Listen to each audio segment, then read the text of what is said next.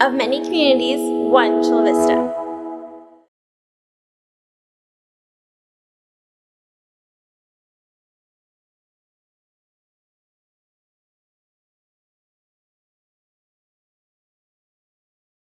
What we need to do is we need to make sure that the elected officials are actually reporting all things on the people they're meeting with, and it should be on the web.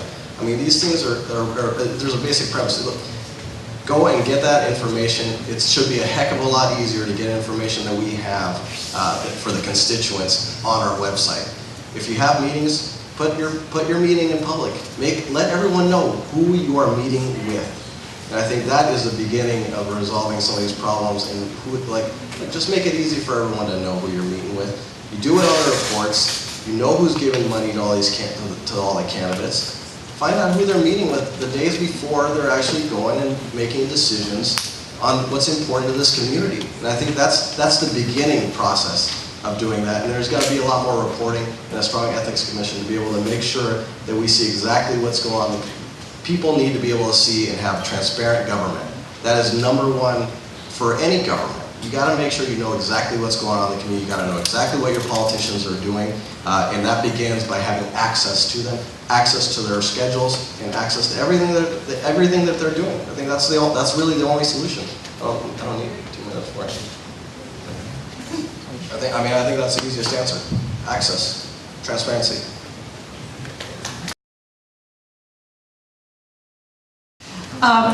Obviously, we need, obviously anybody that lobbies a city council member should be required to register, should be required to report and issue statements to the public as to their business dealings with the city council. It's something we should have done long ago. I think you're going to hear the same answer from all three of us. I think the thing that distinguishes me from all of my opponents is that I have been and continue to be actively engaged in the community at the grassroots level.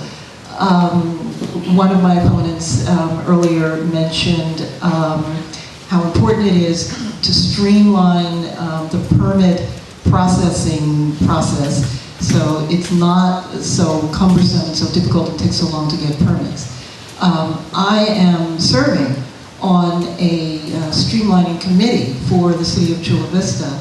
We're working together, it's developers, it's homeowners, it's a broad spectrum of people in this community who are working together to actually do the streamlining that my opponents can only talk about.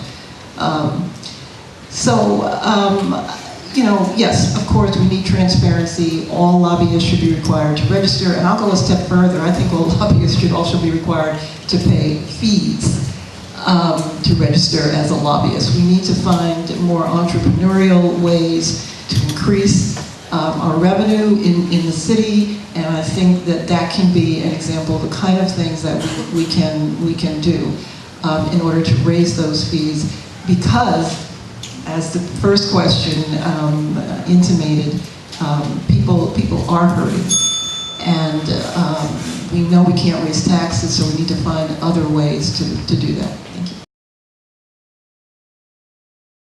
Well, first I want to commend Pat and the other people working on streamlining. That's a very important service for the community. Legislating lobbyists has the same problem with legislating ethics. It's a nice idea, we're all for it, but let's face it, sneaky people tend to find their way around these things. I'm all for forcing registration of lobbyists on the internet or what have you, but our expectations of that have to be limited. Our best defense is to have people that have some integrity walking in the door. I'll share with you, I am not, by any stretch of the imagination, the lobbyist's favorite candidate for city council, and for some pretty good reasons. Up until a few years ago, 1/3 of the infrastructure cost for new housing in East Chula Vista was paid for by our current residents. That changed. We raised that fee 35%. In a few weeks, the Otay Water District is going to be voting on a new water resources fee, so that when new houses are built in the future, They're not using your water for those new residents, new lawns, new jacuzzis. It is new water resources paid for by the developers putting in those projects. Those sorts of things are not politically popular in the lobbyist community. They don't get you a lot of campaign donations, but they're the right things to do, and they're what we need in this community. And I'm okay with that trade-off. Thank you.